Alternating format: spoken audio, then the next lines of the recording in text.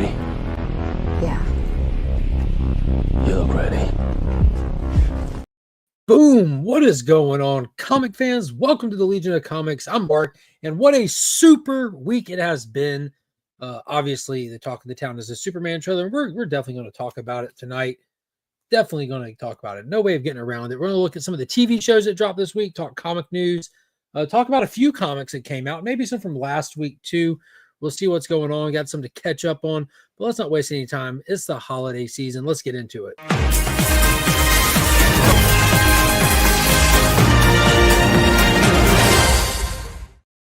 What is going on, Paul? Welcome back. Thank you. Thank you for having me back. The Superman trailer came out? Yeah, you might want to go check it out. Okay. Definitely need to check it out. Good to have you back, Paul. Had an off week last week, couldn't make it, but he is here and we're going to be getting caught up.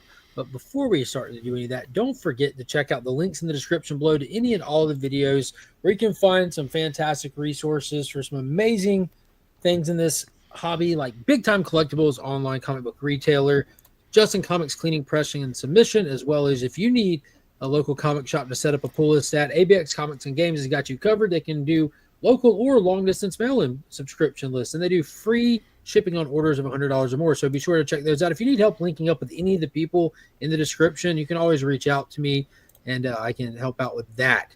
Hashtag justice for Weasel. We're definitely going to be talking some creature commandos. Big Time Collectibles have started revealing and selling some of their MegaCon 2025 exclusives. Hey, Paul, when's MegaCon? It is the first full weekend of February. Wait, wasn't it as I told you last... just before was before we went on. Yeah. Yeah, MegaCon's coming quick. I heard Gabriel Dell'Otto might be there this year. Yes. He does not make a lot of American appearances, but he will be there. That's pretty cool. He just had a really cool cover for Absolute Batman issue number 3 this week. I'm pretty sure Paul's pulling it. Boom. Yeah, it's a pretty wicked cover. You planning on getting that signed? I might.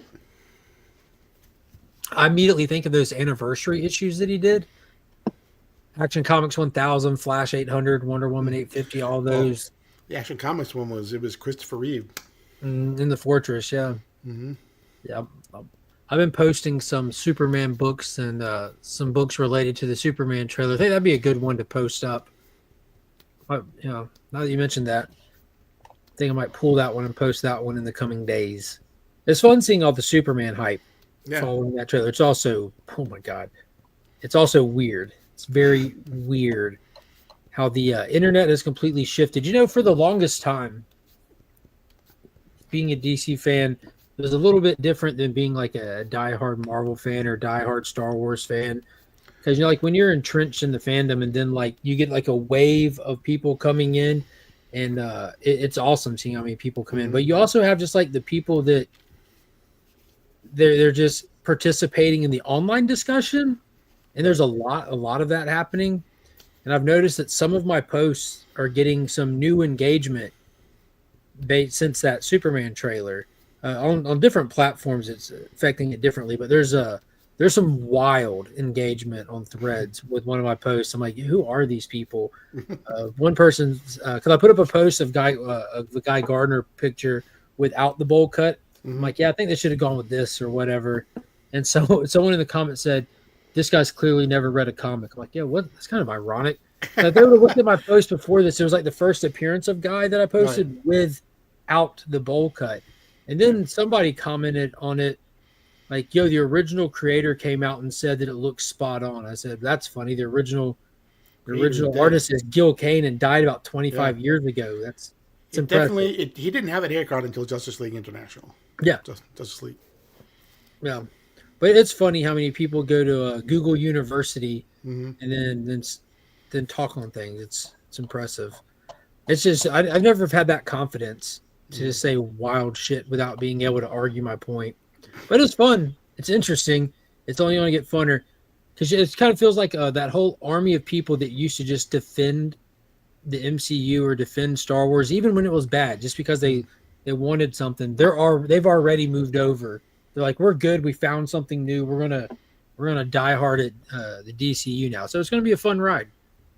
going to be a lot of interesting conversations that come out. A lot of content's going to come out of it. I'm Mm-hmm. contemplating doing an entire video just on that Guy Gardner post I made. Freaking hilarious.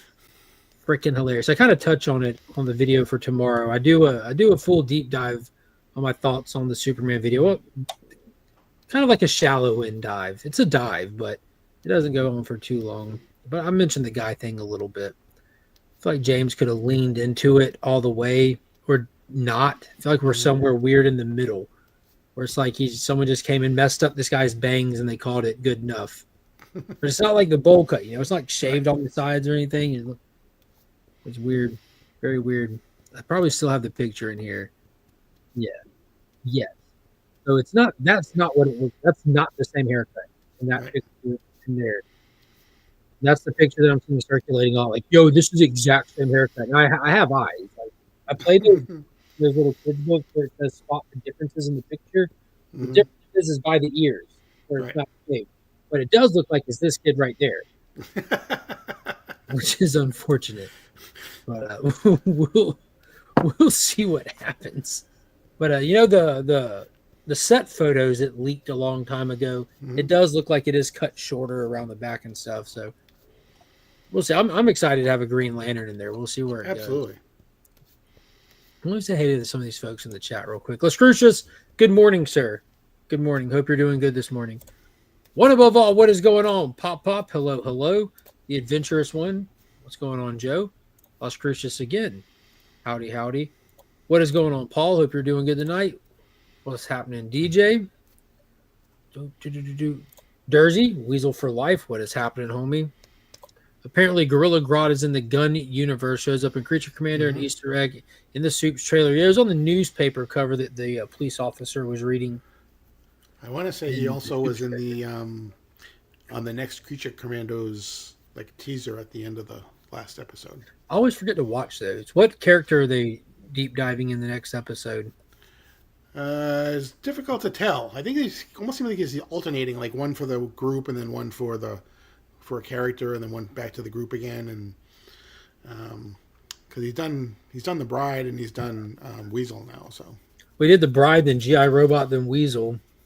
I couldn't tell you, but I did see Gorilla Grodd though. I believe he was in the next episode. Yeah, and we also had him for that brief glimpse in this episode during the premonition or the prophecy where he's working with the princess. So he's probably hiding somewhere at her castle or something. Weasel, Pauly Shore.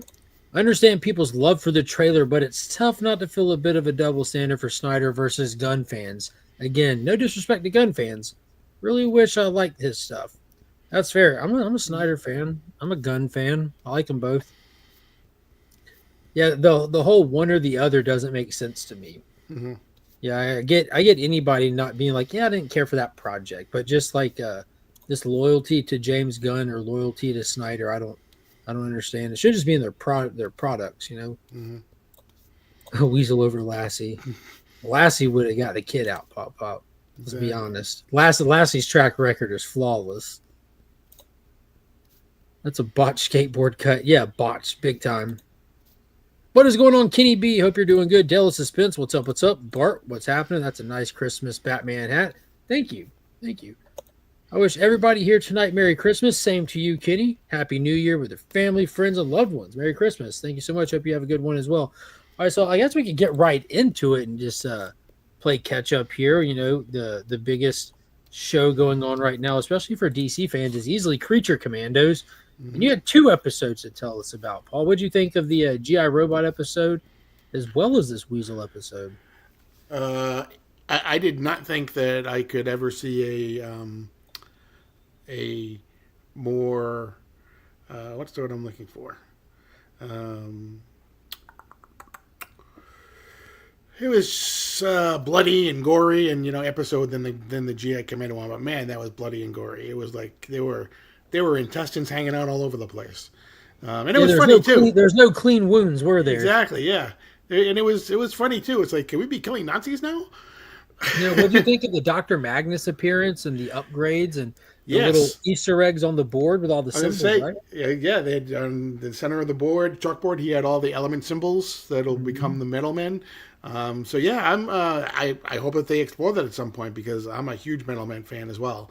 So yeah, it was really good. And to your point, I mean, he's kind of spotlighting a different character.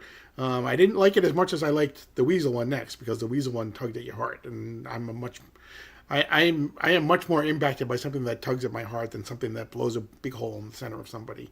So And that was something that I don't know if you heard or not, but I was very concerned and very critical of the idea of showcasing Weasel's origin. We were told Weasel's origin in James Gunn's Suicide Squad film by Rick Flag that he'd eaten and killed a bunch of kids, and if we're doing showing these origin stories in this show, like if that's his accurate origin, we don't need to see that.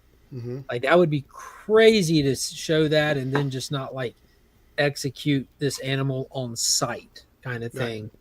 But there's rumors going around. TM was the first one who reached out to me.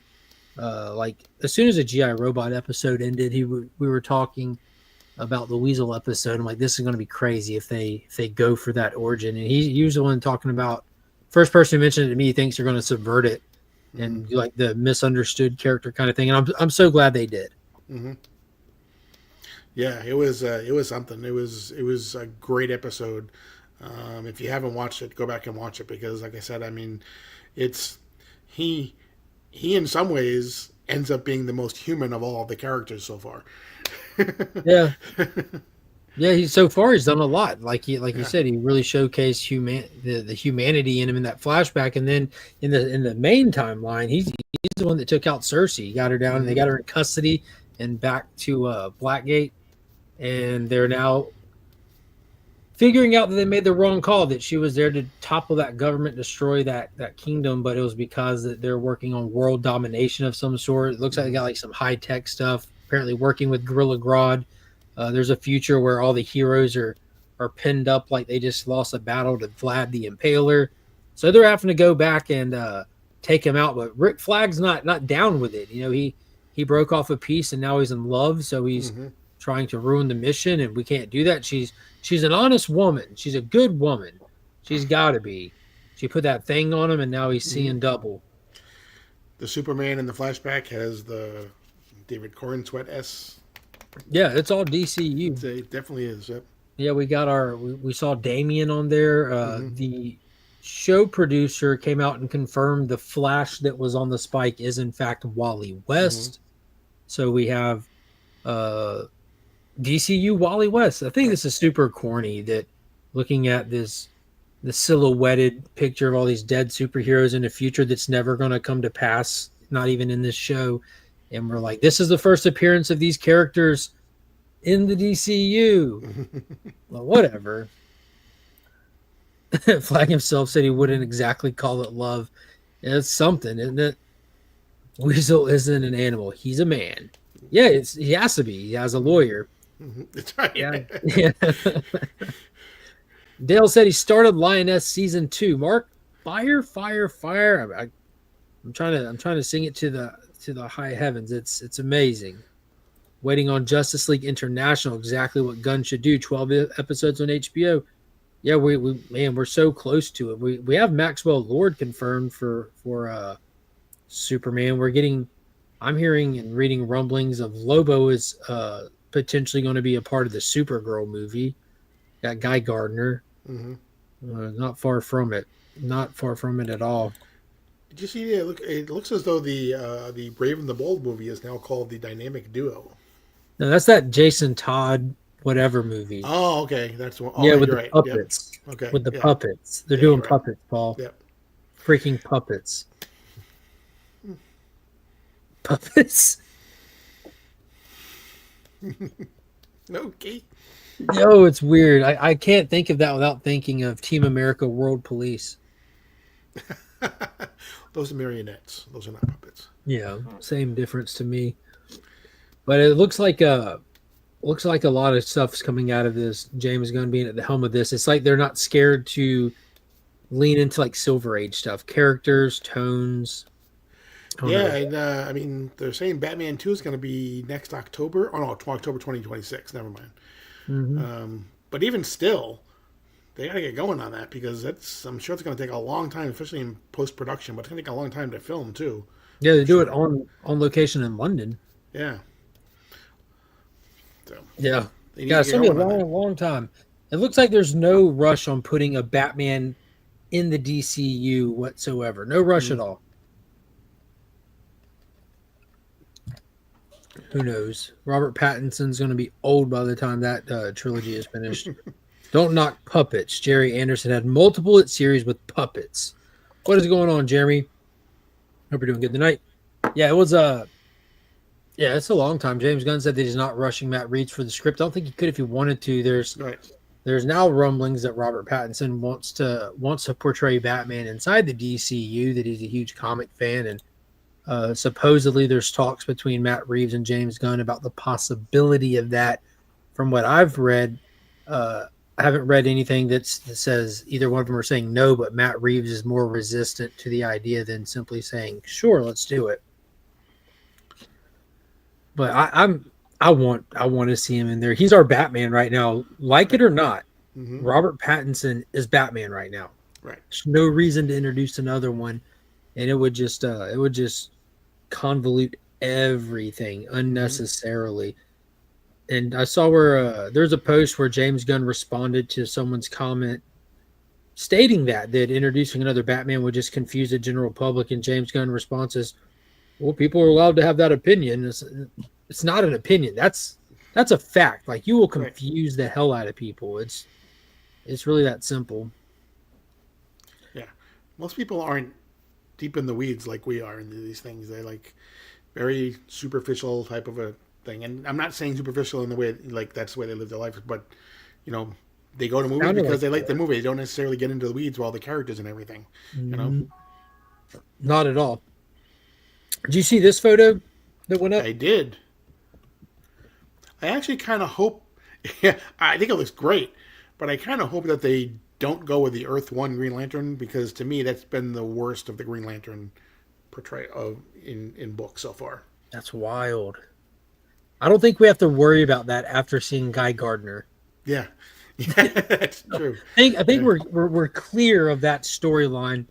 But age-wise, it does. Man, that does look about right there. Yeah.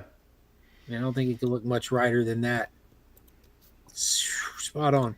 Reeves ain't going to want to turn over any creative control to Gunn. That's true. Yeah, that's super fair. Just don't mess up his Gotham. Let him be in control of Gotham. But I guess you have to keep in mind, like, you have the whole the bigger picture. You know, Gunn and TK plotted a lot of this together.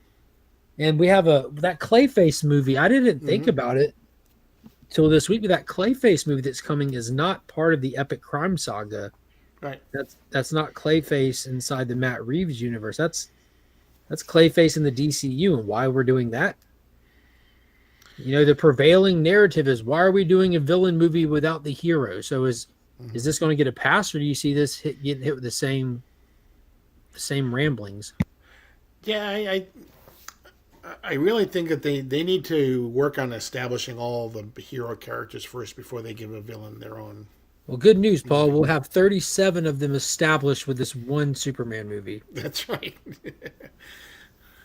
Yeah, they got a laundry list of them. You know, Mr. Terrific, Guy Gardner, Metamorpho, Hawkgirl. Those are just the ones we know of. Mm-hmm. I'm sure there'll be more. Maxwell Lord's getting introduced. Like Luthor will be in there, of course. Superman, Ultraman. The number of characters is through the roof in this, and he stated that they're not just simple throwaway cameos; that they're going to be characters that serve uses. I still love the mindset that we're going to see Guy Gardner continue on to the Lantern show, where he's going to be killed, and that will be the death that Hal and John are investigating. Because what else would Lanterns? Why would Lanterns need to be investigating a death of anyone else other than a Lantern on Earth? You know, they got Lantern stuff to do and to deal with, core business to do. Yeah. Yeah. Well, good news, Paul.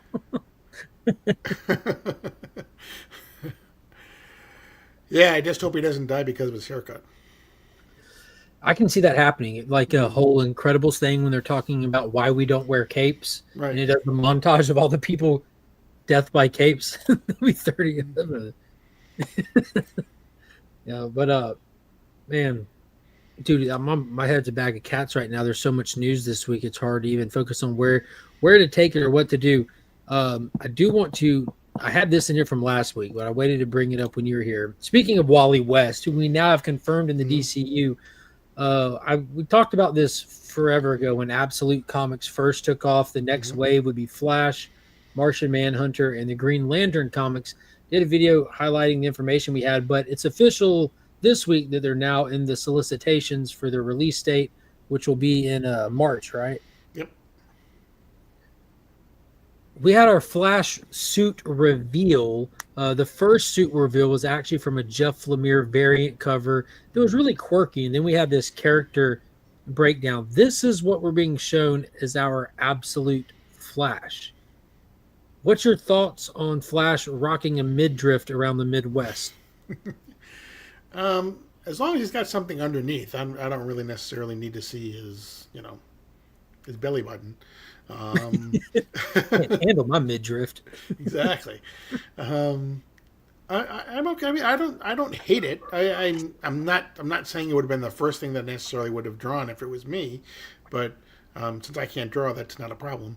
Yeah, I'm going on record. I hate this. Yeah, I don't actually hate it because that'd be crazy, but I am not a fan of this whatsoever. I do like the lightning bolt symbol, how it looks like it's in two pieces. Yeah. I like that his hair's out. I think that for me, like that is Wally should never have his hair covered, even right now. Like, why don't we just go back to the rebirth suit? Makes no sense at all. I loved him in the blue suit. Remember the blue suit that he had for a while? The Dr. Manhattan dude. Yeah. Oh my gosh. Like that was the coolest thing ever. But it just makes zero sense in my mind. Like that was Wally's defining characteristic is like Kid Flash. It wasn't just that his suit was yellow, his hair was out. It was super cool. We all want to let our hair blow in the wind, and he got to do it at hyperspeed. You know what I'm talking about, baby? Yep. She knows what I'm talking about. But I like that they did that. I don't know if there's just not enough red or what. It might have to grow on me. It just, I don't know. It's different. That's the whole point of the absolute stuff. Yeah, I mean, like I said, I mean, I could see if maybe there was some more red in it or whatever too. Hold on, Paul. Kyle's got a new jacket. Hey, I like your jacket too. It came with a hatchet. It did not. Really? It's so soft. Nice. It is soft. I know. Very nice. $1 in Walmart. Nice score. Heck yeah. Look at this dog. Dylan came to see From the lumberjack collection. It's a lumberjacket collection. I said it's from the lumberjacket collection. I don't even care. I love it. It looks good. It looks good. I'm sure it'll keep you warm. That looks really warm. No. What is going on? Anger management in the building. Stephen with a C. What is going on? Not practical for a speedster. Let's pull it back up. Practical. Well, it is connected all around, but I really feel like it'd catch a lot of wind in the neck area there. But I don't know. Maybe this is like an early prototype suit. Yeah. Maybe it's the suit, and this is just what we get, which it'll be fine ultimately. It's Jeff Lemire writing it. I hope it's going to be awesome. Yeah. But yeah, this one caught me off guard. Yeah, and there's nothing that says that's just fine. Even if it is in the first couple issues, there's nothing that says that doesn't change either. So, God knows, characters get new costumes. Seems like every 12 months. So, did you see the Martian Manhunter updates? Obviously, we already knew he looks different in a sense that his head's kind of almost triangular-ish, but he only has one eye. And what is it, Dennis Camp? Dennis Camp, yep. Said that this is the wildest off the reservation book that he has ever written. I think it's about to get psychedelic and all kinds of trippy. That's going to be a wild ride, which is also going to be very interesting, very different. And I think that one's going to be like a very specific taste kind of thing, but I'm really looking forward to it. That same jacket in red. Yeah, I do too, Sledge. That's called a stuffed animal, Kyle. Church, they brought all kinds of stuff home from church. That whole bag. If you've ever rode a motorcycle at triple digits, you know. Yeah. And then, so it kind of makes me, I don't want to say, isn't Rom V doing lanterns? No. Al Ewing is doing lanterns. Al Ewing's, okay, yeah. Al Ewing's doing Green Lanterns. That's fine, too. He did a phenomenal job doing We Only Find Them When They're Dead, which was a spacey kind of thing. And the Green Lantern ones has been solicited as a space horror kind of thing that they're getting into a little bit of horror elements, which would be interesting, be a little different for Green Lantern as well, which is good because we have a lot of Green Lantern content right now. And I like the fact that we're not just doing one Lantern. We're going to be doing Hal, Joe, and John. All three are slated for it. So I'm excited for that, but I'm also now excited to see what their suit designs will look like. It's kind of like the same thing when movies are announced. You want to see what the suits are going to look like. Right. You want to, and sometimes they're a hit, sometimes they're a miss, and sometimes you got to get into the book to really make the ultimate judgment for it. But like Absolute Superman, I saw the suit and I was sold. Wonder Woman, saw the suit, sold. Giant Sword, like, yo, I need that book now. I got to know what it's about. Same thing with Batman. I'm like, yo, I want to see him take that symbol into an act. How does that going to play out? And so with this Flash, when I saw it, I had the other. I'm like, I don't want to see them explain that. I don't even want to see that in the book. So it's the first time I've had that opposite reaction, which doesn't affect me buying the book or being excited for it. It won't affect the way it reads. It's just a suit design. They come and they go. Wasn't that last Aquaman series kind of a horror take? Yeah, that was the Rom V. Who's the Two-Face? Christian Ward. Andromeda. Phenomenal. It's only like a 4-issue prestige format, oversized magazine size, whatever. So good. Want to feel old? Thundercats turn 40 next year. That means I'm turning 40 soon, Sledge. Stop it. Yeah, man. But yeah, that one caught me off guard. Thought I'd bring that to your attention. See what you thought. Hey, did you sign up for the DC fan letter thing? The DC fan letter. Yeah, DC fan first. Yeah, yep, I did. So this was on here from last week. I didn't bring it up, but DC Studios put out this post. Hello, DC fans. I want to welcome you to DC Studios Fan First, where you'll be alerted to all the newest updates for our DC universe. I myself, what does that say? I myself and remain a fan first. So the power and passion of all you bring to this community is what drives and improves us to keep pushing these characters and their stories forward. We have so many launches and announcements coming up, and we'd love for you to be the first to know. So thanks for staying connected with the world's finest fandom. Watch this space, James. So you went to the DC Studios website, and you were able to just get signed up. It's basically a newsletter thing where they'll send you the update and the news. I'm hoping that it's pretty much just the minutes from their podcast and then some. I didn't know if you talked about it last week too, but they have their bi-weekly podcast now that's on HBO Max as well, every other week. Yeah, has it started yet? I believe it has, yeah. Yep. I haven't watched any of it. I don't know what it is. I always, this sounds weird, but I feel it sounds weird because we're doing it. But I feel weird getting I feel like it takes forever to get the information from stuff like that. Like I'm like an articles guy. I'd rather just find headlines and just burn through them and get the information. Right. I don't like having to wait because I'm just so busy. You know what I mean? When I'm not doing something, I'm sitting here in front of the camera with you and with the homies or recording videos. I don't know. Maybe I'm just jaded. They didn't ask me to be on the podcast. Don't you know who I am? Yeah, that's got to be it. Oh, did you hit any other shows this week? I'm going to be honest with you. I did not hit. I still haven't watched Dune from last week. I still haven't watched Silo from last. I don't think I did. Well, Silo was Friday. So, yeah, I have not watched Silo from Friday. I did watch Dune. One the week before. I watched Dune, and the Dune finale is tonight. Yeah, I didn't realize there was only 6 episodes till last week. Yep. But it got renewed for season 2. Yes, it did. Yep. Silo got renewed for 2 more seasons, but then it's going to end at season 4. Well, that's going to be all the books, though, right? I think so. Yeah. So we're fine with that. Silo. So I watched those. I watched Skeleton Crew. Did you watch Skeleton Crew? I did. I watched that. Turned that on with the kids in the room. And what'd you think? It's a good thing to watch. I mean, it's only like 30 minutes for the most part, so it's usually a quick thing to watch. I really like Jude Law's character. Yeah, Crimson Jack. Yeah, exactly.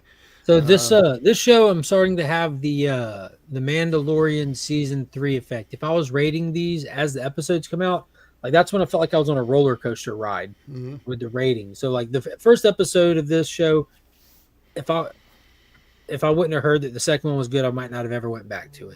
Second episode I thought was fantastic. Third one I thought was great. This episode, I don't know what it was. It just felt weird. Like it just didn't. Maybe I was just bad time trying to just like cram stuff in, watch stuff. But Trying to remember which one this one was. Was this the one with the owl woman? no, that was the one that I was loved. Okay, that was the one that I loved. Yeah, I love that one. This is the one where they went and like it opened up and it had me like intrigued. I'm like, oh, they're on another planet that they got the coordinates. They got to this planet. They're trying to find like the next step of the way directions. And this planet is like a desolate, ran down with the kids and everything. Yeah, war-torn version of their planet. Right, okay. And I'm like, dude, that's so interesting. But then really, I didn't feel like anything really came of it. We just hung out with this stupid parkour girl. Again, like the insufferable kid thing hits me hard. And she was a nice kid, but I'm like, don't care. The stuff with the droid was super dope, where he kind of activated a defense mode that his previous captain had embedded in him. We found out that he does know the coordinates to add in, and who was like sworn to hide them and forget them in his memory banks, which is something that a droid can't do. So they went to activate that, but he went into like a defense mode and stood up straight and was coming at the kids, and Jude Law did the little dive poke. Yeah, exactly. Yeah, but then they found all the except it's funny because they have all the coordinates except for the one for Ad and it was blown away off of the, convenient. Yeah. Convenient. Exactly. Now it wasn't enough to run me off from the show. It's still delightful. I still want to see how they get home and what they do and everything. But yeah, that last episode before this one was so good. Mm-hmm. These droids are sneaky like that. Exactly. Oh, super dope. We watched the new Hellboy movie last night. So I was at the Walmart doing the Walmart thing some days ago, and I saw Hellboy the Crooked Man on DVD in there. I did not see any high definition versions, or I would have picked one up. But yeah, I'm going to be on the lookout to get myself a physical copy of Hellboy the Crooked Man. But yeah, Steelbook. They hadn't made one. Really? Yeah. Did you get the Constantine Steelbook? Did you order that?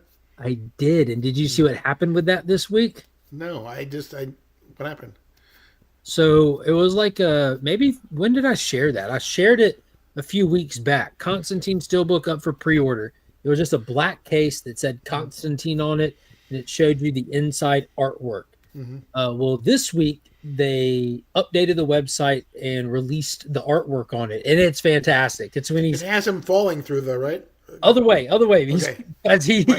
He's definitely not trying to fall. It's where remember where he's in hell and he's running up on the cars and all the demons are coming up, and he jumps up and he takes the holy water and smashes it on his chest with him crawling up him. It's that image with him reaching back up from hell, smashing the holy water. I'm like, that's great box art right there.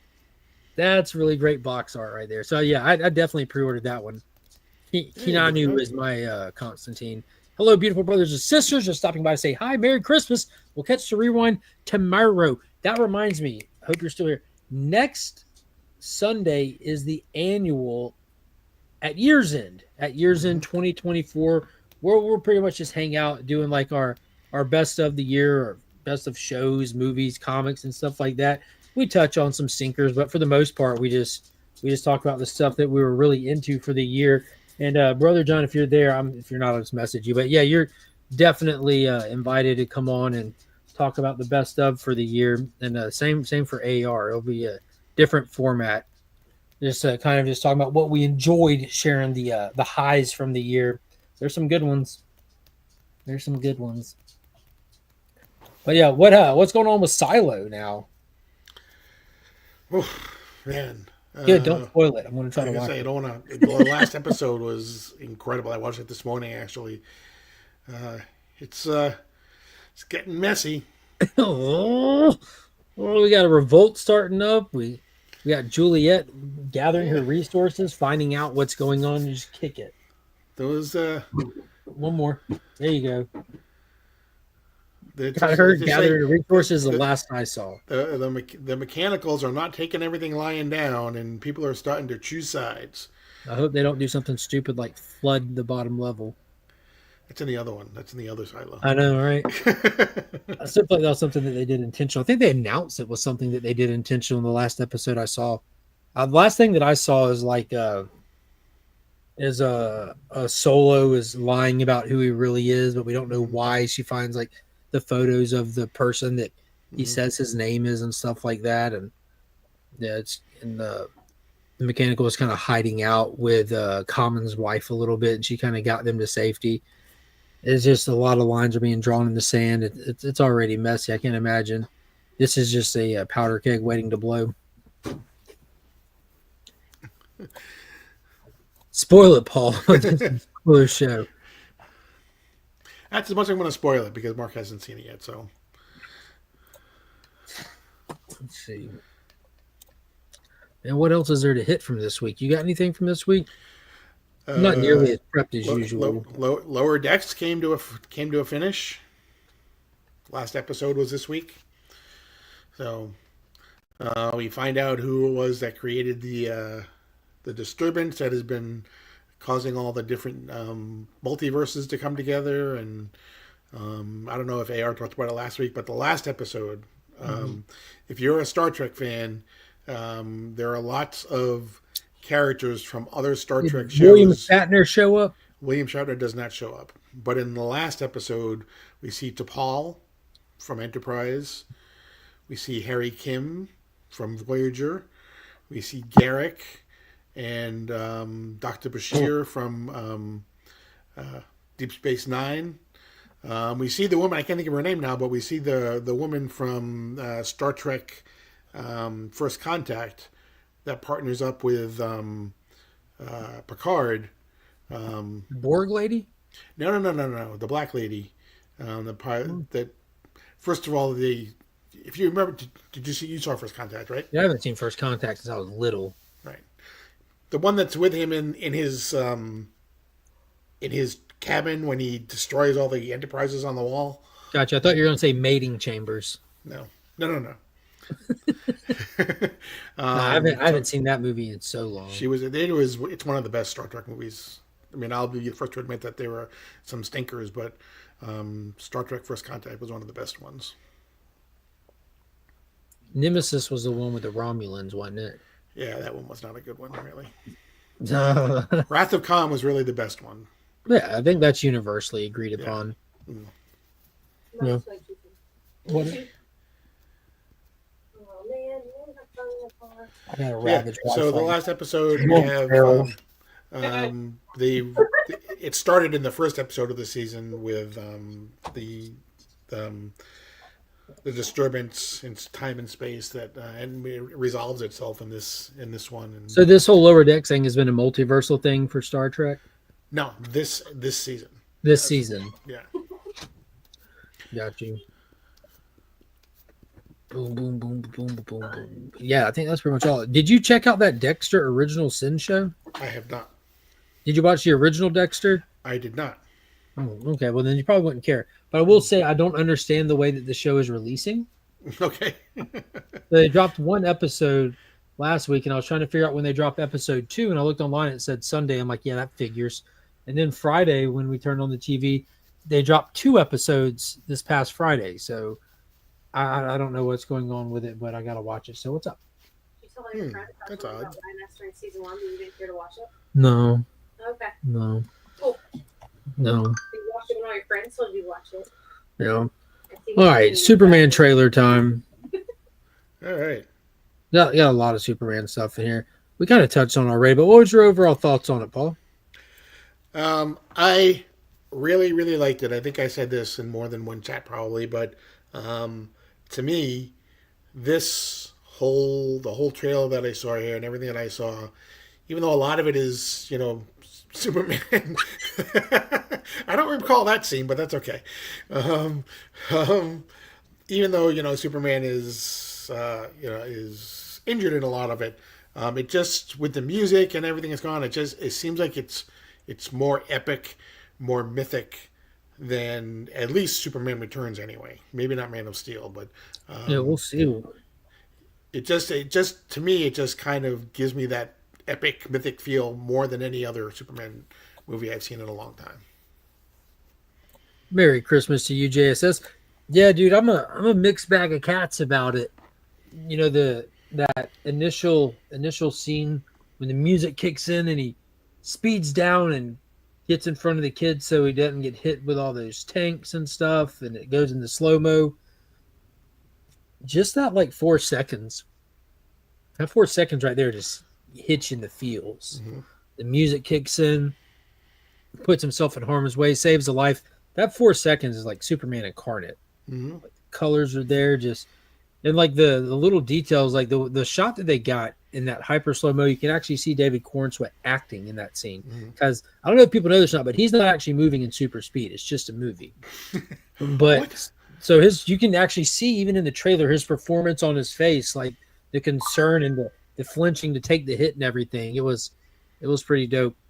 I have a whole video coming out, but what I talk about in the video is how I am a little concerned if we're going to burn Kingdom Come for this movie, and I'm thinking we are. The more I think about it, the more I think we're doing Kingdom Come, and we're just replacing like the next generation of heroes that are a bunch of terrible, subjective, moral children, basically man children, and we're replacing them for the Terrifics, and that's what this ultimately is. This is the Terrifics. You know, Guy Gardner, Hawk Girl, Metamorpho, it's the Terrifics.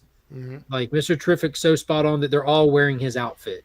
Mm-hmm. Hawk Girl's wearing Mr. Terrific's outfit in different colors. Guy's wearing Mr. Terrific's outfit with different colors. But I think they're going to be like the next wave of heroes. Like the whole kaiju scene. I can see Superman trying to stop it without killing it because that's who he is. And you know, cities getting destroyed and people are in danger, and then the Terrifics roll in and drop it like it's a bad habit. Just take it out, and the city cheers and throws cans at Superman. Why didn't you do that? Kind of thing. And so ultimately, later in the movie, they face a threat that they can't stop, and they need Superman and the way he does things, which there's nothing wrong with that ultimately. It just means we're not going to do Kingdom Come at a later time. It's the same thing that happened with Thor Ragnarok when they took some very beloved stories that people really would have wanted to see, you know, like Ragnarok, or World War Hulk, stuff like that, and did kind of versions of them, and it just lets you know, like, well, we burned past that. But yeah, and part of it maybe is it really practical to assume in live action that they're going to be able to do Kingdom Come? never. They certainly are not going to have the number of actors that they're going to need to portray all the different people that are in Kingdom Come. I say that, but Marvel did Civil Endgame War was pretty, Well, not even going that far, because that was a spectacle, which took like a literal decade to pull off.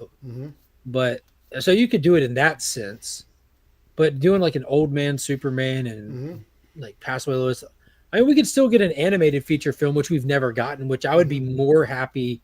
I think I would be way more happy getting like a 2-part true to the source, like how they just did Watchmen. You know, if they did that for Kingdom Come in chapters, that'd be even better than a live action. Yeah, like I said, I mean, I'm not sure that they could necessarily do so. Where I was going with that is, can they take that story somehow and work it into and massage it to get it into, you know, with the ideals still there, but get it in a way that we can film it and make it presentable. Type of thing. Yeah, so they could take I don't dislike the idea, because I think Kingdom Come is the greatest comic story ever written. I've said that since anyone in this platform has ever known me. Pops has heard me say that since I was in 3rd grade. And I think that it's not just like the greatest it's ever written. It's the most timeless comic book that's ever written. The whole concept behind it is, you know, as the world goes, things change. Kids come along, and your parents, you know, they're outdated. Their way of thinking is outdated, and they're not with the times anymore. And that's how Superman is treated in Kingdom Come. So much so, like to an extreme degree, that he no longer operates. He's off hiding. The world gets so bad with the way that it's being ran by the new generation that they are forced to find a better way, and the better way was the old way, the universal truths, the objective morality, and that's what they lean back on via Superman. And that's never going to go out of style. Superman doesn't go out of style. You can push against it, but ultimately you just break shit till you go back to it to fix it. Think about what you just said, though. To me, that to me seems a perfect way to bring back Superman. Yeah, that's what I was saying. So maybe that's what I was about to go. Is like maybe it's a good thing that they're doing that with this because Yeah. we're bringing the DCU back, and also it's very representative of where we are, you Right, know, exactly. as a Whereas people every right other now. movie has been, Superman has been this bastion of hope and everything, and he still is. But he's saving, he's saving cats from trees, and he's telling people that flying is still the safest way to travel and everything. And then he defeats the bad guy, as opposed to this way, he has to not only defeat the the bad guy, but he has to also reinstill what he stands for in the world. And so to me, that to me seems like a great way to bring Superman back. Yeah, and of course you can see the influences from All Star Superman in here, and it's clear that James Gunn has a passion for comic books. Mm-hmm. I don't know how many he's read, how many he hasn't read, which ones he's leaned into. But we know for a fact that he was reading All Star Superman and Kingdom Come leading into this. And if those are the only two books that he's ever read in his life of Superman, he's read enough to make a good Superman movie. Mm-hmm. And like that's how spot on those two are, and how much content like that it really breaks down the character of Superman are in those. Mm-hmm. And we can see the influences heavily from obviously the S on his chest for Kingdom Come, Mm-hmm. the design of the super robots and the Fortress of Solitude. Look at the old school, like almost like 1950s World of Tomorrow style design of the robot's face, even. And in All Star Superman, we got him with the blue cape and all that stuff. Mm-hmm. And you got his blue cape on there. We can't tell if he's got a crest on his chest or not, but I sure hope he does. Right. Now, the other big thing, and it's sure as hell hasn't read Guardians. And to answer Pops, yes, it was Alfred Woodward who played Lily Sloan in the Lower Decks episode, as well as the actresses who played T'Pol and the actors who played Bashir and Garrick and Harry Kim. And that was one of the concerns that I mentioned before, with before this trailer dropped, pointing out James has got to do something he's never done before Mm-hmm. with Guardians. Like they've been around, but it's a band of who gives a shits. It's a band of who cares. There's plenty of characters at Marvel and DC both that exist and have existed for a long time that are a whole bunch of who cares. They're there, cool, write them, cool, fine, but they don't carry a series indefinitely. They don't change the zeitgeist of us as a culture. There are many that do. Superman, Batman, Wonder Woman, Captain America, Hulk, Iron Man, and there's countless that do, and the ones that do are a lot different working with than the ones that don't. Guardians, he was able to define Guardians. James Gunn, as a filmmaker, for the first time in all the decades they've been around, actually defined Guardians in a way that will last and has lasted moving forward and impacted them moving forward. They're different moving forward now than they were before. Same thing with Peacemaker. Peacemaker's been around for a long time. The DC stuff, the Charlton stuff before that, rarely used, rarely seen. He did make a brief appearance in Kingdom Come as well. But he was able to redefine Peacemaker to the sense that as soon as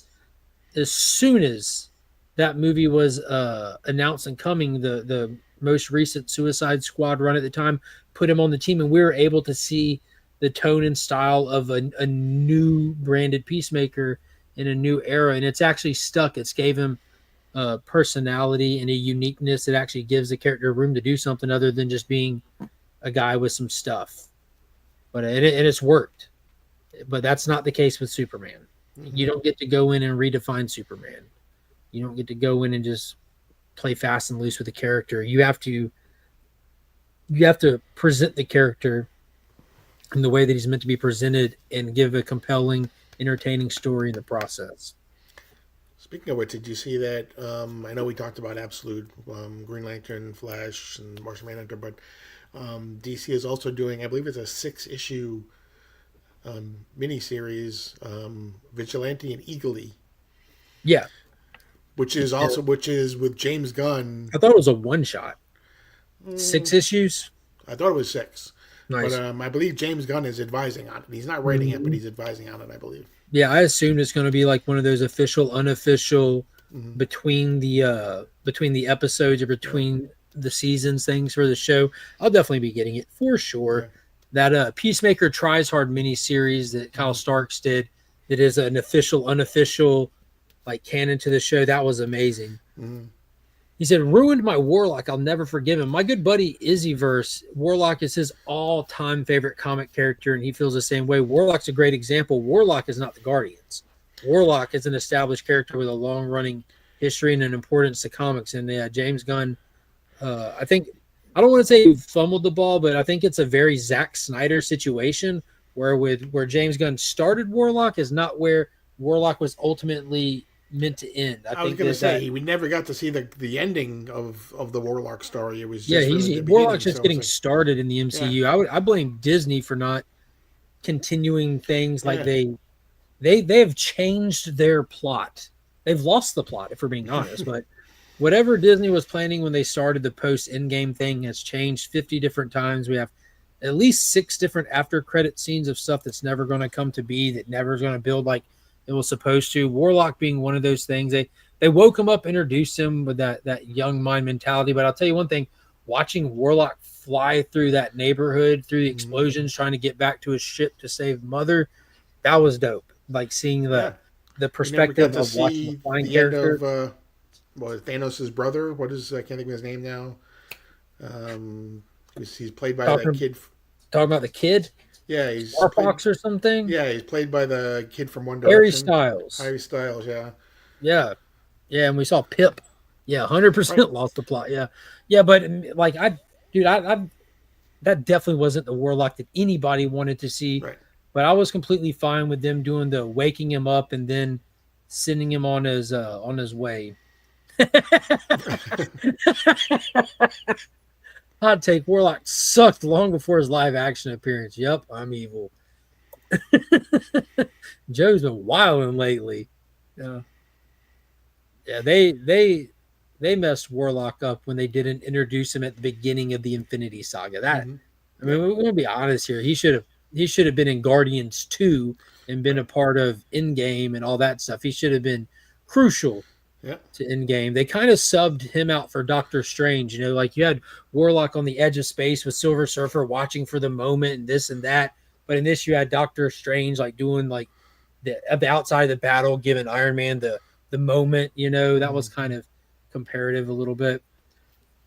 But who knows? Who knows if they ever do anything? I think Warlock's one of the few characters that remain in the MCU that's worth attempting to do something with him. I like that kid who's playing him too. He's a cool actor. He's really funny in most of the stuff I've seen him in. He was in one of the Vacation movies, wasn't he? I think. Yes, it was just called Vacation with Rusty all grown up and played by Ed Helm. Right. No, was it that? No, it was We're the Millers. Oh, Jason Sudeikis, where he gets bit in the ball sack by a spider. Oh man, that movie was funny too. But Vacation was ridiculously funny. That van that they rent with 50 buttons on the key fob. Holy crap. It was the key to the whole Infinity story. I hate Disney. Paul, cover your shirt. You're triggering this man. Yeah, they man. Hopefully we see them get on a better paths in the coming years. I don't think it's going to be 2025, but I think by the end of 2025 we should start be getting a lot of good news from Disney products again. When it all comes down to it, what's the most important thing for Disney?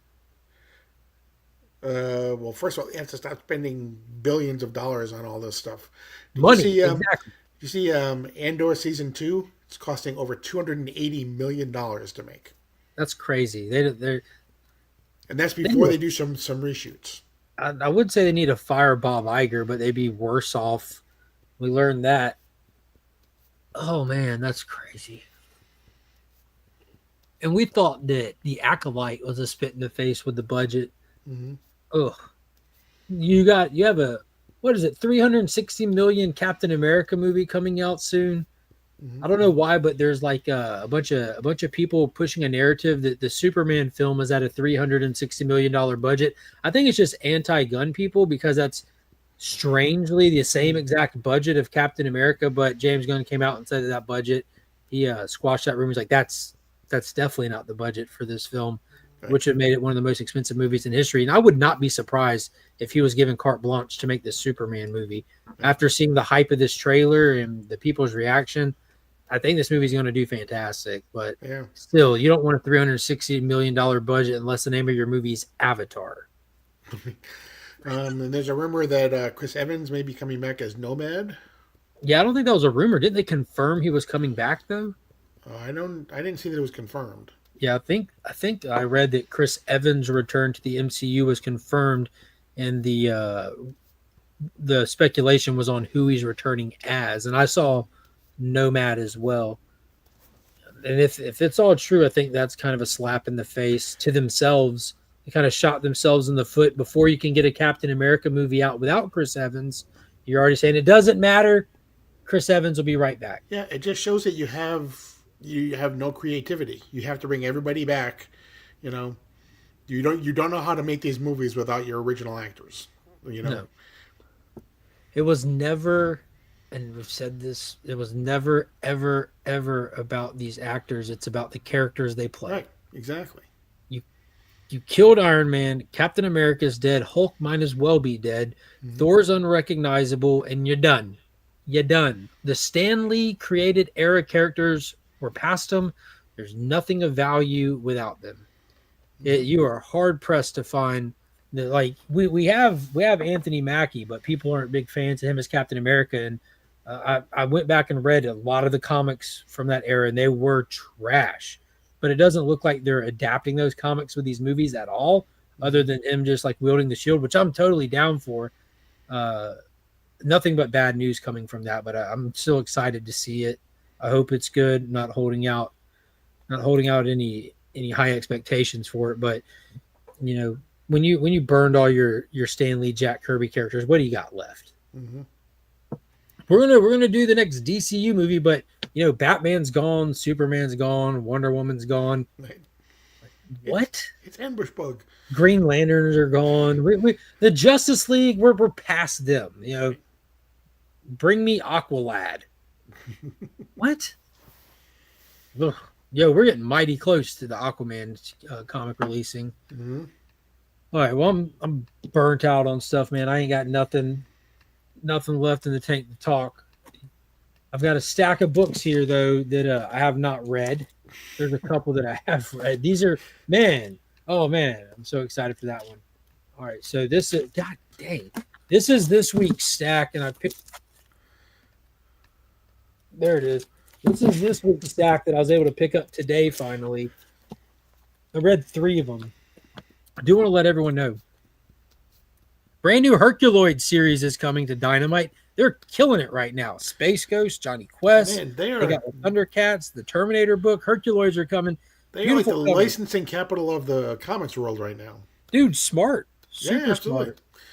They found a niche. It brings a built-in audience to their. Dude, the fact that they're comics. not making 15 different Vampirella covers and that's it, I'm excited. And it's stuff that I love. It's stuff that I grew up on, that my dad was always into, that he showed me and got me into. We need my tour now, but the interiors of this look fantastic. I mean, look at that. Wow. Looking very Hanna-Barbera-ish. Mm-hmm. Let me see if I can get the team on here. Look at that. So Yeah, there's no word bubbles, just the. It's an ash can. It might not be. I see sound effects. That's it. Yeah, no word bubble, just ash can. On sale February 2025. We got a ways to wait. Felipe Masafera looks like he's getting it covered. Like, dude, this is dope. Yes, Ledge. That's what I'm talking about. But yeah, Space Ghost has been fantastic. I'm pulling Terminator. It's been great. Johnny Quest, I pulled number 1 for a giveaway and was just so stacked up that I didn't get a chance to read it before I gave it away and didn't continue. Who is it? Mad Cave is doing like Flash Gordon and Defenders of the Earth right now. There's just so much cool stuff. Transformers, G.I. Joe. There's so much cool stuff. we cannot stop talking about movies without what I think they're like movie studios do not ever learn. What they do? Did you What's up, see? Aaron? Did you see who was cast as Skeletor? Yes, I did. Yes, I did. My man's Jared Leto got cast as Skeletor in the upcoming live-action Masters of the Universe Sledge. That Give us movie your is bad comment. that movie is doomed. Oh my God! Idris Elba's cast as Man of Arms. Jared Leto as Skeletor. I didn't recognize the actor or actress cast as He-Man and Evil Lyn, but Yeah, Nicholas just to remind people, Galazine or something like that. He was in Frank Langella was Skeletor the first time. Everyone's like, Yeah. Skeletor has to be buff. He's got to be buff. Like, no, he doesn't. He can be CGI. right. Plus, dude, don't tell anyone this. And I've said I like Jared Leto. He has been in really good movies, just none of them have been comic book related. Yeah, the comic related ones always flop. The other ones he wins Oscars for. Yeah, It's weird. exactly. It's no in the middle. It's Yeah. no in the middle. Nick Cage is He-Man. Oh snap! Yes, yes. Yeah, dude. If they're trying to do like hardcore He-Man, like are they even like the actor who they cast as He-Man is going to require like CG augmentation, isn't he? He wasn't. He has. There's been some pictures of him compared to. He was in. He was in a mini series, and then he was where he had a relationship with. He played like a royal, or he was in a relationship with a royal person, a homosexual relationship with a royal person, and then he was in a movie where he played a singer not too long ago. But if you compare, like they showed pictures side by side, he's put on a lot of muscle. Yeah, but even then, he's still just Prince Adam. He isn't like you can like. Right. There's got to be a difference from when he's Prince Adam and when he's He-Man. Right, you would think so. Yeah, yeah. I would think so. Mm. But what do I know? Yeah, I saw that. I'm like, oh man, this movie is doomed. There we go. There's our cast right now. And I don't know the guy's name, but that's what we're looking at for the lineup. And it looks like we got the Game of Thrones actor as well. We got some more actors in here. I don't recognize any of these folks either. I do recognize this one guy from Game of Thrones. Oh, it's not going to let me pull this one over. Come on, man. Don't do this. There we go. Loading. Boom. Is that Lockjaw at the bottom? Is that dude's name? On the bottom right? Yeah, Rapjaw, something like that? something like that. Yeah.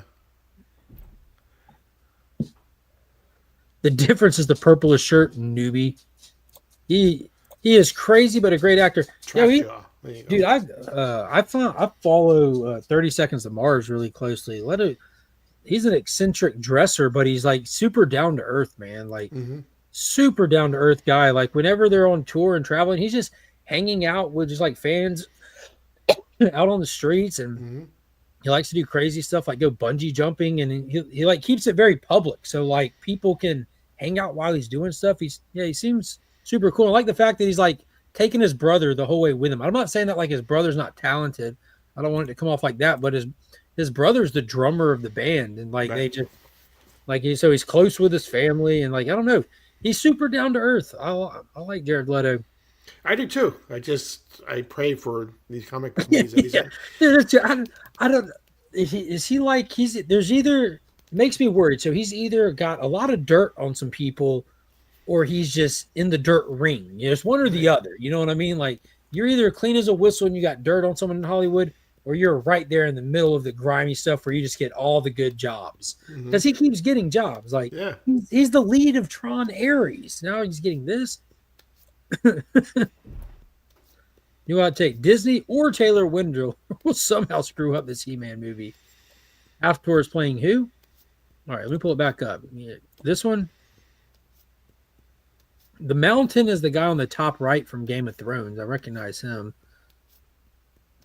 Don't recognize the rest. I like that Idris Elba's in there. Fantastic actor. I don't think he ever missed a single role he was in. Knocks him out the park. That's Half-Tor. Okay. Cool. Even bigger surprise. I like Shia LaBeouf. Dude, I love Shia LaBeouf. Peanut Butter Falcon is one of the best modern movies. Agreed. I think Shia LaBeouf has. We've talked about that. Brother John too. Like that dude's due for a comeback story. Like he was fantastic. He went down a rough path, disappeared for a while. You know, Literally, I recommend any underneath and paper everybody. bags. Yeah, I really recommend people to go watch his interview with John Bernthal. John Bernthal, the actor who plays Punisher, has a fantastic podcast that he does called Real Ones. And it's like very just unpolished and just down to earth, straight to it. And Shia LaBeouf is active in self recovery programs and stuff like that, and he gets into a lot of stuff. And I cannot wait. There's few actors I don't think outside of just Tom Cruise. I don't think there's few actors I'd rather see more in their next project than Shia LaBeouf. Like when it comes to actual celebrities, like drawing me in just on their appearance in it, I think Shia LaBeouf's on my short list. He's a phenomenal actor. Made some mistakes, big ones, owned them, acknowledged them, and has taken all the necessary steps to correct things. But that interview is something special. But yeah, this is going to be interesting watching this play out. You know, Master of the Universe, I don't think it's as big as the Lord of the Ring fandom by any means, but they got a pretty set fandom. I think it's going to be pretty comparable to what we see with Transformers. So I don't. Transformers is way bigger than Masters of the Universe, way bigger. Yeah. But you know, the diehard Gen 1 Transformer fans, there might have been a perfect storm to this, but they weren't big enough or strong enough to slow down the success of the Michael Bay verse. But the internet wasn't as powerful back then either. So it'll be interesting to see what the Masters of the Universe fandom does, how they might receive this coming out. I know with that Netflix show, that Kevin Smith bait and switched everyone on. It's He-Man. No, it's not. It's She-Ra. They were not happy with it. But it turned out, I think, once they released the second half, that a lot of people were like, yo, this actually played out very nice. Let's see. Shia LaBeouf, Kevin Spacey, Lindsay Lohan, and Mel Gibson are all starring in Come Back.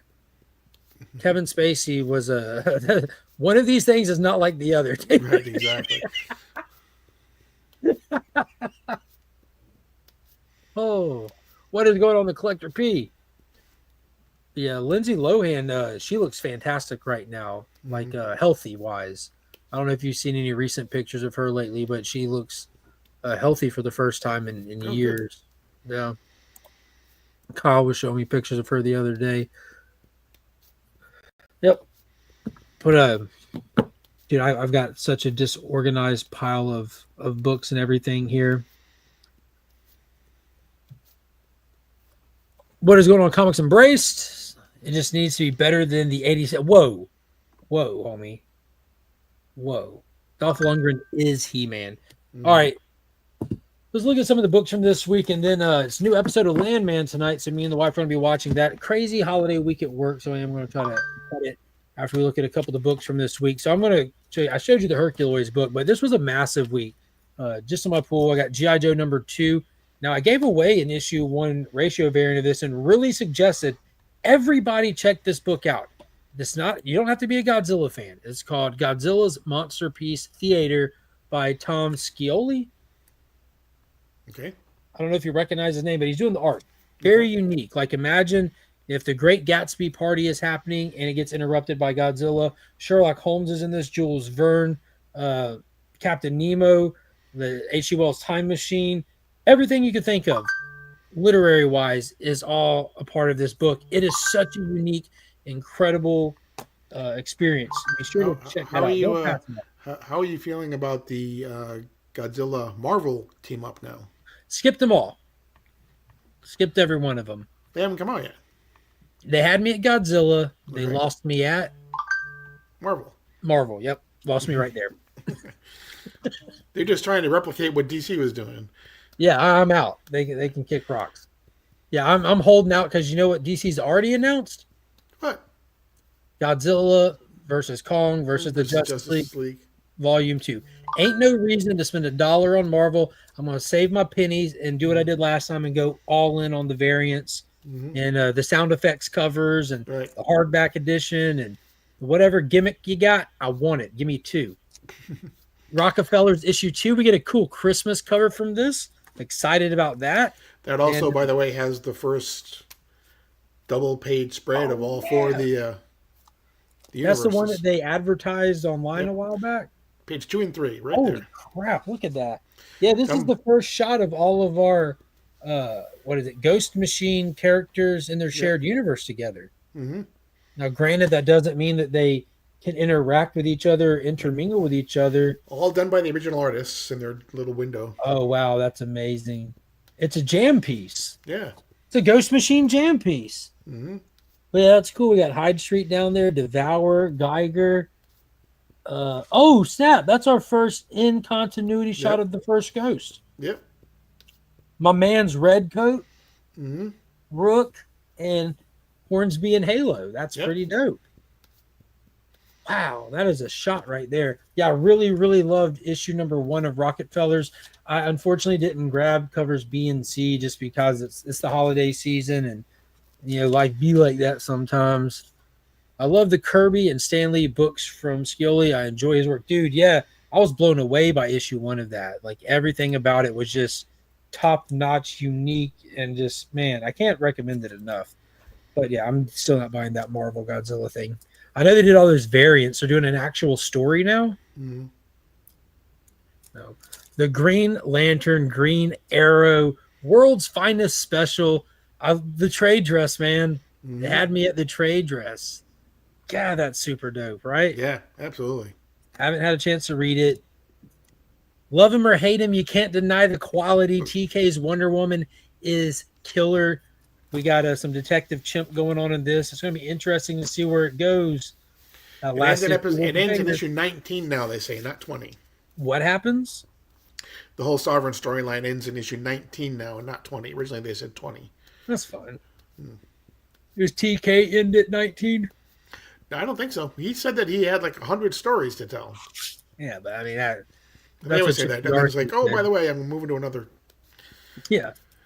We have the finale to Dark Knights of Steel, 2nd volume called All Winter. Just doing 6-issue arc this time. But we were told in the last one that volume 3 will be focusing on Aquaman and the Atlantis story that's been the backup, which I'm super stoked for. Can't get to volume 3 fast enough. And I think it said it's coming right at the beginning of the year, too. It won't even be a long wait. Probably one of the biggest sleeper hits for me this year has been Jenny Sparks.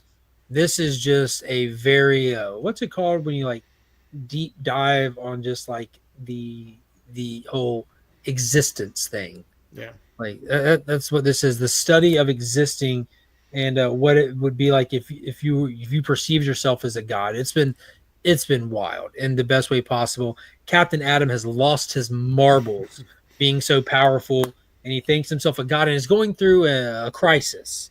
What do they call it? An existential crisis? Existential crisis, yep. He's having a major one, and Jenny Sparks is trying to talk him down and save the people around him in the process. A few of them have died, but he's brought them back. He's full Dr. Manhattan mode right now. Dr. Manhattan is just Captain Atom repainted. That's all he is. Pushing that Dr. Manhattan. Yeah, it's accurate in this case, though, isn't it? Yeah. Yep. Like he's going full Manhattan. Action Comics, we have this is what the penultimate issue to Phantom. This week we'll have issue number 12 of the Will Die a Merciful Death, hopefully. Dude, I tell you what, this hit that little slump for those 3 issues, but it bounced back pretty good. Bounced back pretty good when all the Phantom Zone prisoners escaped. So started good, got a little like long in the tooth, and bounced right back. So far, not bad overall. Issue 34 of World's Finest, featuring Jimmy Olsen and Batgirl. Always excited to dive into World's Finest. We're on 34 issues, and this continues to be one of the pound-for-pound best monthly titles from any publisher. Now, the next ones I've actually read. Absolute Batman number 3, which Paul and I recorded the deep dive for tomorrow. Out of all the Absolute Batman or Absolute books, we've got 2 Batman, or 2 Superman, 2 Wonder Woman, 3 Batman. We have 7 absolute books, this is by far the single worst issue out of any of them, by far. Didn't feel it. Very proud to say, Challengers of the Unknown did not disappoint. This slapped. This felt like something straight out of the Silver Age. You got all the challengers there. I was kind of like when they announced them, like, why is Superman on the cover? Why is Batman there? I don't need Wonder Woman.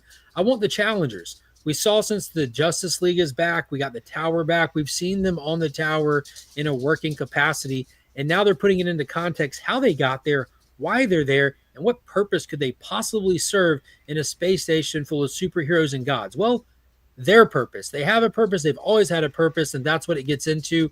And it gets into it in a very Silver Age type of way where these superheroes were not necessarily meant to outshine them. Everyone has a purpose, and everyone is actually needed. You know, nothing is too big or too small for the heroes and challengers alike. This was fun, and it looks like if you're keeping up with the whole Justice League Unlimited thing, this is one that I would definitely recommend you check out. They're very important to the workings of that ship, and they're going to be touching a lot of things, much like the Question, Challengers, the upcoming Atom Project. Those are going to be the closest books to the actual Justice League Unlimited title. So definitely be on the lookout for those. I did grab issue 2, the foil version for the Question. I guess they didn't do this for issue 1. Yeah, I was surprised. Well, they did it for issue 2. Mm-hmm. I grabbed one of these. I'm going to put it in the Legion loot for this month. So if you're a channel member in the Legion tier, that'll be part of the giveaway. And then easily my read of the day / week, because I've only read 3 books, and hard pressed to top this. You know, I'm a fourth world guy, and it's been a while, but the New Gods are back, written by Romby. Holy smokes! When me and Paul first got on screen with each other tonight, I was still on the phone with my pops, just sitting here, just ranting and raving about this book to my dad. Like this was fantastic. Go out, get it. $3.99 price tag.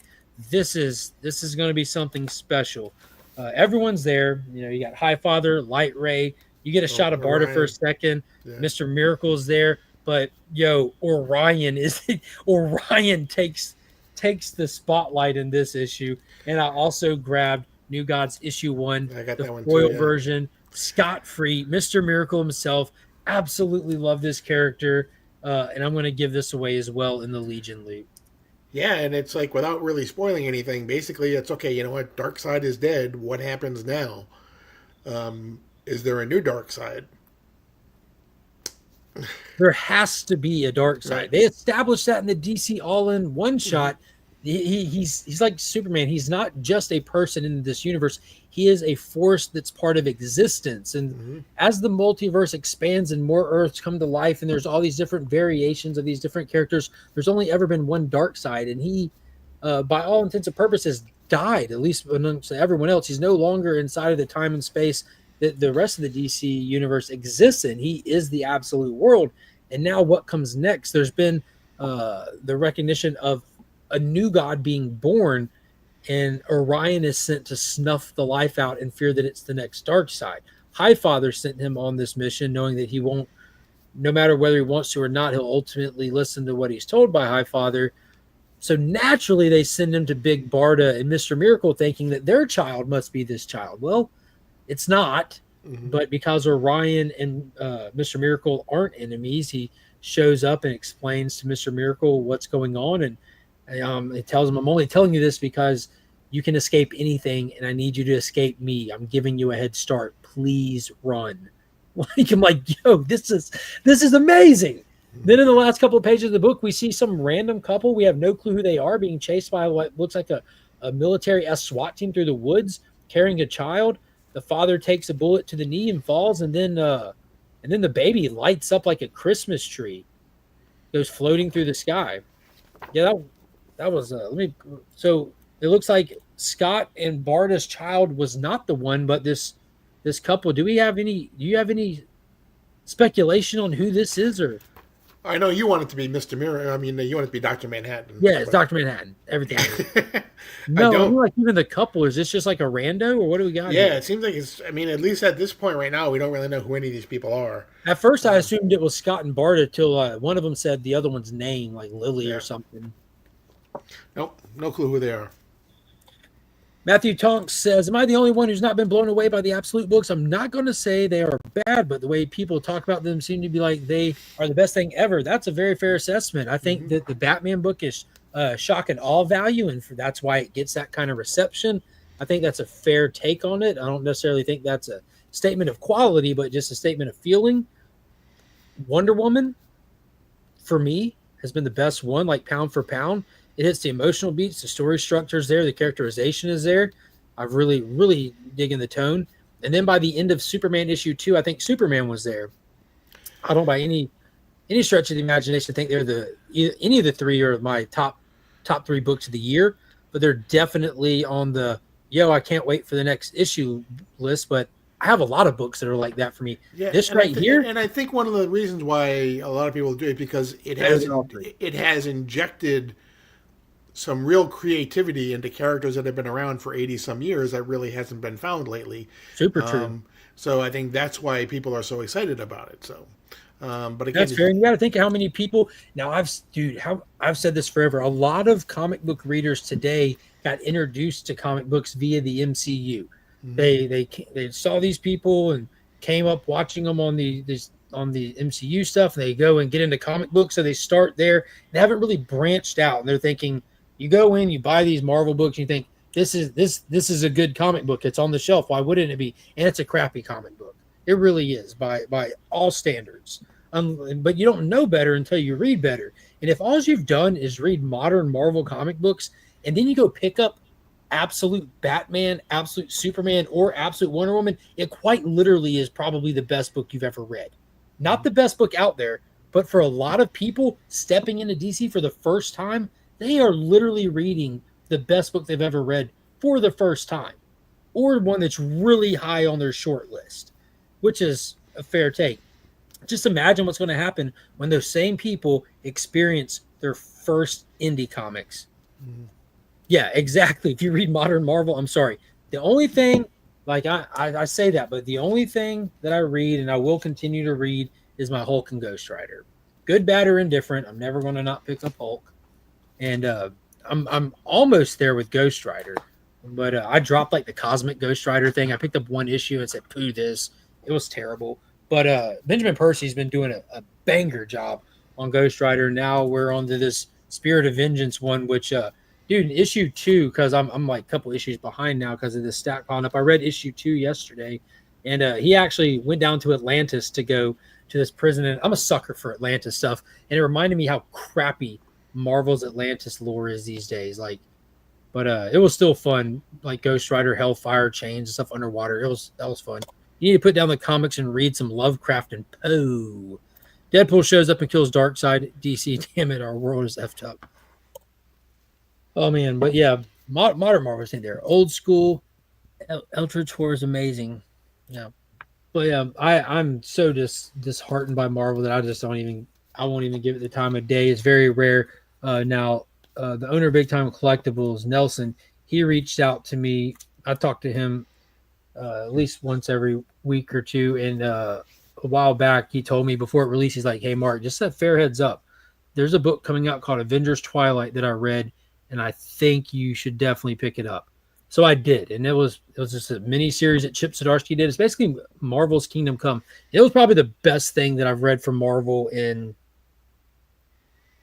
it's probably the best thing Marvel's put out in over a decade, like easily. I know a lot of people are praising Ultimate Spider-Man. I tried. It couldn't be more mid if it tried. And I think people just are happy that Peter and Mary Jane are a couple in it. So they got rose-colored glasses, but that's my take. Doesn't mean I'm right. But yeah, modern Marvel just ain't it. DC's firing on all cylinders right now. Of course, you can find some turds in the bunch as well. There's tons of DC books coming out. Tons. Not everything's going to be for everyone. Different writers, different styles, different people come and go. They get put on a book, and if they do good, they get put on another book. If they do bad, they don't. But This right here, this right here, this is better than any Absolute book I've read, and they're good. But this right here, that was fire. But I'm a little biased. But that's okay. Ultimate Spider-Man got real bad after like issue 3. I agree. It just didn't do anything. Didn't do anything. After 6 issues, you couldn't summarize the arc. Which is weird. Summarize this arc. Well, they talk. That's it.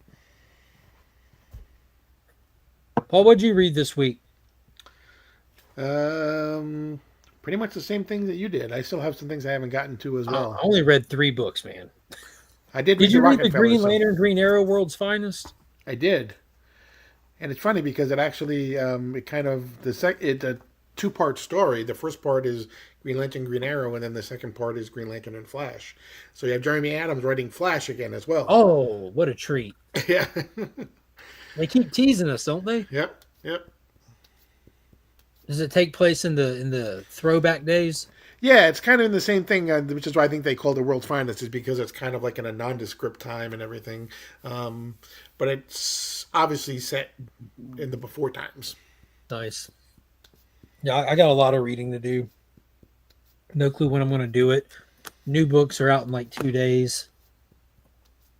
This year, New Comic Book Day is on a Wednesday, which is Christmas. Right. So, I mean, Christmas is on New Comic Book Day. Do you know if any of the publishers announce what they're doing about Street Date with anything, or they just pushing it back to Thursday? Or I asked my my LCS last Wednesday when I went in, and he said that the 26th for this week and next week, even though most comic stores will be open on July 1st, they're being told July 2nd. January 2nd. January 2nd, sorry, January 2nd. Which is surprising because if you look at the Lunar website, it does say 12/26, but then it also says January 1st. So, but yeah, because I asked him, I didn't know which made no sense to me. If I were running it, I would say do it on the 24th. Buy your kids some comics for Christmas, throw them in, whatever, in your stockings or whatever, But no, they got to do the 20, So. Yo, Ghost Machine is 10 out of 10. Mm-hmm. I think Ghost Machine is all around like probably the highest quality anything coming out of comic books right now. Like, granted, Hornsby and Halo is like could potentially be their first dud. There's only one issue's been out, so I don't know if that's necessarily fair to say. It's just New Gods.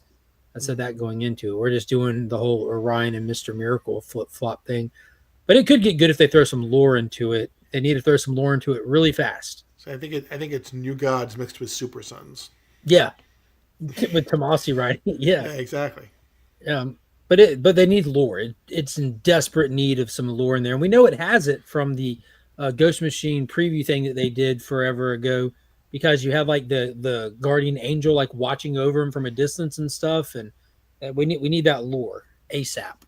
We don't need to just follow little kids riding on school buses and sitting in classrooms. Like, these are adults buying these books. I don't care if it's under the Family Odyssey imprint or not. They're still adults buying these books. It was adults reading Super Sons. Mm-hmm. It was adults being nostalgic on Super Sons. It wasn't kids reading it. Kids don't have jobs. Kids don't pay bills. Not in this country. No. Who knows? The future. You never predict the future. Right. Kyle, how old do you think Finn should be before he starts working? Not like a job, but just working. What do you think, like 8? Towel basket clean? I think so. She's ignoring the question. Okay. He should be doing chores now. Oh, there we go. She said now. Oof. He's not even here, and she's like, now. I like that. It's the mindset I like to hear. I want to make a chore chart. We should do that. Hey, you remember the one with the little tabbies? Yeah, I want to make that. We should do the tabbies one. Yeah, that way it's fun. The end of the thing is you can pick up your Nintendo Switch. He's quickly gotten really attached to that thing. Well, I don't want to say quickly. He's had it for like almost 6 months. Kindergarten graduation. Yeah. Okay. So like 7-8 months, and he's not excessive with it. But it's a good bargaining chip. But I think that's going to do it for tonight. What do you think, Paul? You got anything else you want to hit on? Any other books? Just want to wish everybody a Merry Christmas. Hope Santa's good to you and enjoy your time with your loved one, families, and friends. So, And just as a reminder, next week is the annual At Year's End stream. We do them every year where we just kind of look back on the whole year. So if you're free, come join us, and we're gonna be talking the best of movies, shows, comics, pickups of the year, toys, keys, whatever. Just the best of. And of course, we'll talk some stinkers along the way. It's fun to crap on something every now and then. But overall, we're gonna be talking about the stuff that we enjoyed from the year.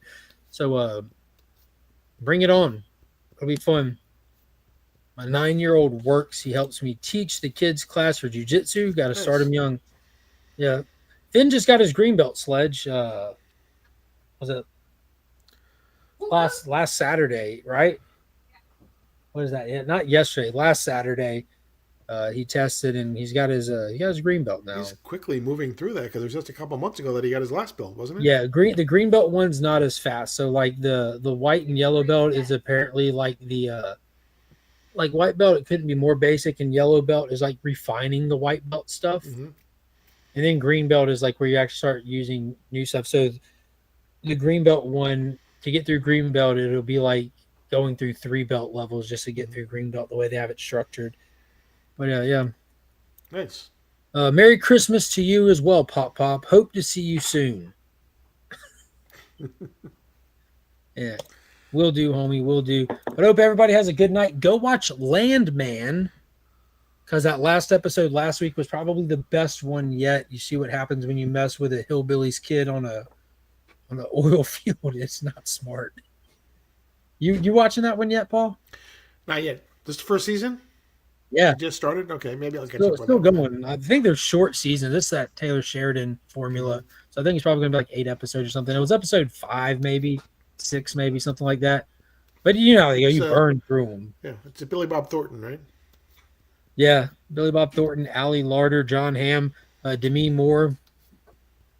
Yeah, good stuff. And everybody go watch Lioness if you haven't already. That's probably, man, we'll be talking about that one next week for sure.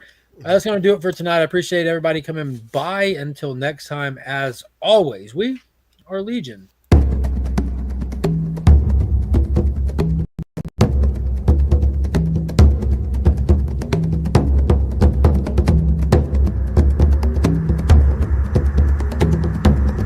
All that ends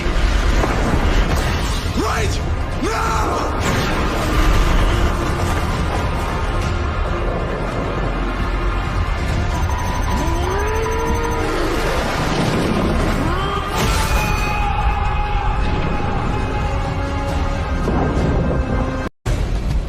Is that it?